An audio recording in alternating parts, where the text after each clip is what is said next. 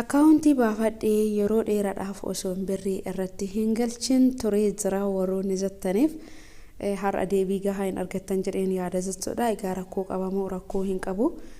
Waggaa 4 ta'a 5 ta'a akkaawuntii buukii baafattanii osoo birrii irratti hin galchin waggaa dheeraa yoo turtan in hojjetamoo in hojjetu kan jedhuu fi viidiyoo kana keessatti wanta jiru hubachuu dandeessan jechuudha.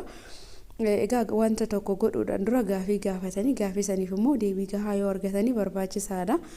Anis immoo hanga ammaa kanan isin jalaa ture osoon adda hin baafatin osoo hin qulqulleeffatin gaafii kana isin deebisuu hin barbaanne waan ta'eef ofii kiyyaa deemee gaafadhe in hojjetaa fi hin hojjetu isaa adda baafadheetii kanan jiru jechuudha. Turtiin keessan viidiyoo waliin haa ta'u gaafii keessaniif deebiin argattu.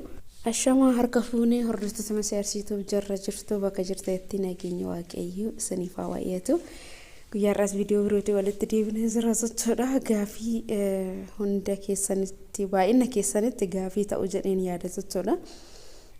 Gaafii namoonni koomentiidhaan na gaafatanii isaaf isin jalaa turuu kootiif dhiifama guddaan isin gaafadha. Jechuudha Itoophiyaa keessatti namaaf mijatu haalli sababiin isaa namni namatti dhufuu danda'a sababa garaagaraatiin. Neetworkiin immoo viidiyoo dafee upload nama gochuu danda'a waan akkasii waan ta'eef viidiyoo gaafii na gaafattaniif deebii dafee isiniif deebisuu dhabuu kan kootiif dhiifama guddaan isin gaafadha jechuudha. Egaa gaafiin gaafatame innis maadha waa'ee buukitiin wal qabateeti jechuudha. Erga banamee yookiin buukii akkaawuntii banatanii gara biyya Arabaa yoo deemtanii sana booda in hojjetamoo in hojjetu kan jedhudha gaafiin jechuudha. Anallee inni kun gaafii natti uumaa ture jechuudha.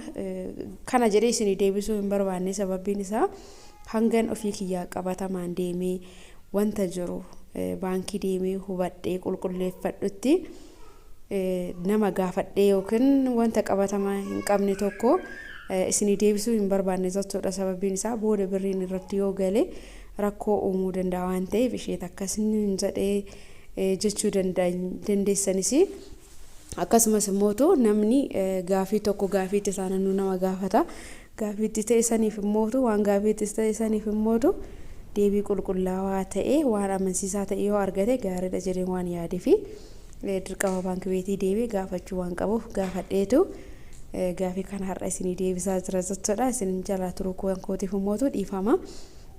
Egaa innis maadha akkaawuntii baafattanii baafannee yoo gara biyya ormaa deemne osoo birrii irratti hin galchin waggoota dheeraa yoo turre in hojjetamoo in hojjetu kan jedhudha. Isas immoo qabatamaan deemee ofii kiyyaa gaafadhe anillee baankii akkaawuntii ture jechuudha. Waggaa 4 dura osoo biyya ormaa hin deemin as ta'eetu akkaawuntii baafadheen deeme.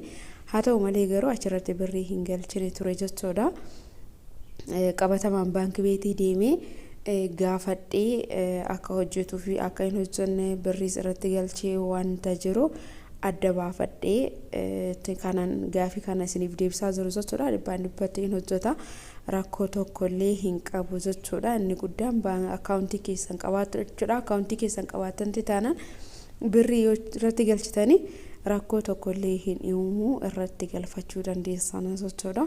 Kana nama gaafadhee akkas jedhamee osoo hin taane ofii kiyya akkaawuntii turaa waan qabuuf bakka deemee hojjechuu isaa adda baafadhee birrii irratti galchee adda baafadheetti deebii kana isin deebisu jechuudha. Innaa qarshii keessan namarratti galfachuu irra akkaawuntii keessan hin qabdan yoo ta'e irratti galfachuu dandeessanii uummata akkallee rakkoo hin uumu. Waan hundaafiyyuu garuu birrii akkaawuntii ittiin galchitan san daraseenyi isaa qabachuun barbaachisaadha jechuudha. Waan hundaafiyyuu barbaachisaadha waan ta'eef jechuudha. Akkaawuntii keessatti qarshiin yoo gale guruyyuu hin deemu akkaawuntii keessanirra isiniif ta'a garuu daraseenyi qabachuun immoo barbaachisaadha jechuudha. Daraseenyi keessan yoo qabattanii wanti isin sodaachisu tokkollee hin jiru garuu akkaawuntiin akka hojjetu dhibbaan dhibbatti ofii kiyyaa gaafadhee adda baafadhee qulqulleeffadhee kanaan isinitti himuu jechuudha.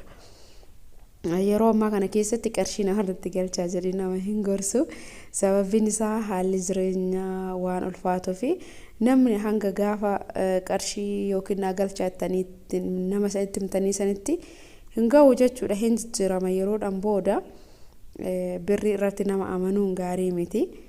Kan fira kiyya jettu yookaan immoo naaf amanamaadha namni jennu gaafa birriin harka bira gahe garuu namatti jijjiirama jechuudha. Birrii san hin balleechuu gaafa birrii san balleechan gaafa bakka birrii san buusan dhabani namatti jijjiiramuu danda'anii jechuudha. Birrii namaaf kennu jechuun waa lama dhabuu jechuudha. Tokkoffaa birrii keenya hin dhabna, lammaffaa mootu nama sanillee dhabuu taana waan ta'eefiyyuu of eeggannoo gochuun baay'ee barbaachisaadha. Qarshii keessan nama amantanii nama irratti hin galchina. Abbaa fedhee yoo haa ta'u yeroo ammaa kana keessatti namni qarshii irratti namaaf amanamu tokkollee hin jiru waan ta'eef booda qarshii keenya nama irratti galchine boorra azzanuurra osoo yeroo san akkas gochuu baadhee jechuurra dursinee of eeggannoo gochuun baay'ee barbaachisaadha jechuudha.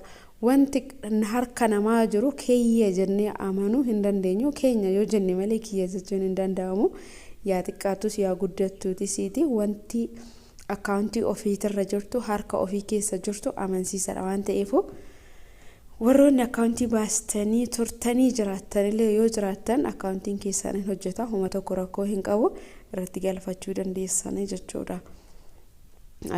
Kanumaadha namaanillee mootu anallee amanuu dadhabdanii namaanillee mootu akkaawuntiin keessan bira yoo jira yoo ta'e gaafachuu ni dandeessan jechuudha. Kompiitara keessatti ilaalanii hojjechuu fi hojjechuu dhabuusaa adda baafachuu dandeessanii jechuudha. Ani hanga waggaa 4 osoo birriin irratti hin galin akkaawuntii toraa ture gaafadhee jennaan garuu akka hojjetu natti himanii ergasiis mootu in hojjeta erga jedhaniis amanii osoo hin taane deebi'ee birrii irratti galchee akka hojjetu mirkaneeffadhee jechuudha. Kanaaf rakkoo hin uumuun qarshii keessa namarratti galfachuu irratti irra caalaa namarratti galfachuurra akkaawuntiin keessan turaas yoo ta'e in hojjeta irratti galfachuu dandeessanii homa tokko rakkoo hin uumu isin hundastoofani.